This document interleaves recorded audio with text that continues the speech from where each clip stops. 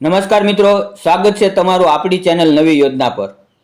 જો તમારી પાસે પાક્કું મકાન નથી અથવા તમે ઘર બનાવવા માંગો છો અને આર્થિક સહાય શોધી રહ્યા છો તો આજનો વિડીયો તમારા માટે ખૂબ જ મહત્વપૂર્ણ છે।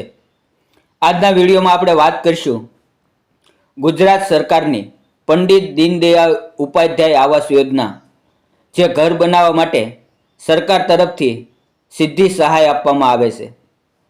મિત્રો, યોજનાના ઉદ્દેશની વાત કરીએ તો સામાજિક અને શૈક્ષણિક રીતે પછાત અને આર્થિક રીતે પછાત વર્ગના અને વિસરતી અને વિમુક્ત જાતિના લોકો માટે આ યોજના ચલાવવામાં આવે છે।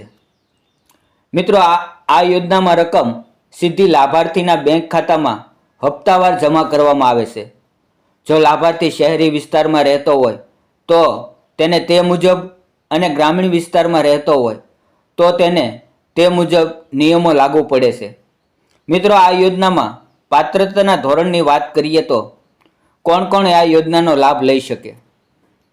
તો અરજદાર ગુજરાતનો કાયમી વતની હોવો જોઈએ, અરજદાર ગરીબ અથવા બીપીએલ અથવા નિરાધારિત આવક મર્યાદામાં આવતો હોવો જોઈએ અને કુટુંબના કોઈ પણ સભ્યના નામે અગાઉથી કોઈ સરકારી આવાસ યોજનાનો લાભ લીધેલો ન હોવો જોઈએ અને અરજદાર પાસે પોતાનો પ્લોટ અથવા કાચું મકાન હોવું જરૂરી છે।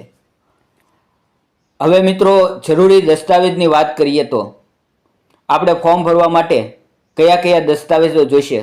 તો આધાર કાર્ડ, રેશન કાર્ડ, જાતિનો દાખલો, આવકનો દાખલો, રહેઠાણનો પુરાવો, જેમાં ચૂંટણી કાર્ડ અથવા તો લાઇટ બિલ ચાલશે, જમીન માલિકનો પુરાવો અને બેંકની પાસબુક અને ખાલી પ્લોટનો એક ફોટાની જરૂર પડશે।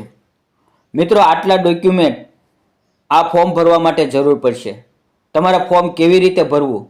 તમે આ યોજનાનો લાભ સમાજ કલ્યાણની પોર્ટલ પર જઈને ઓનલાઈન અરજી કરી શકો છો।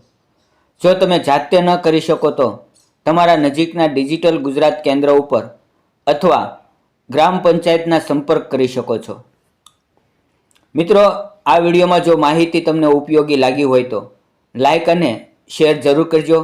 તમારા જરૂરિયાતમંદ મિત્રો સાથે જરૂર શેર કરો।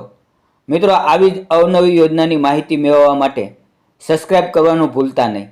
આવી સરકારી યોજનાની માહિતી માટે આપણી ચેનલને સબસ્ક્રાઈબ કરો। મિત્રો, ફરી મળશું એક નવા વિડીયોમાં। ત્યાં સુધી આવજો। વિડીયો પૂરો જોવા બદલ ધન્યવાદ મિત્રો।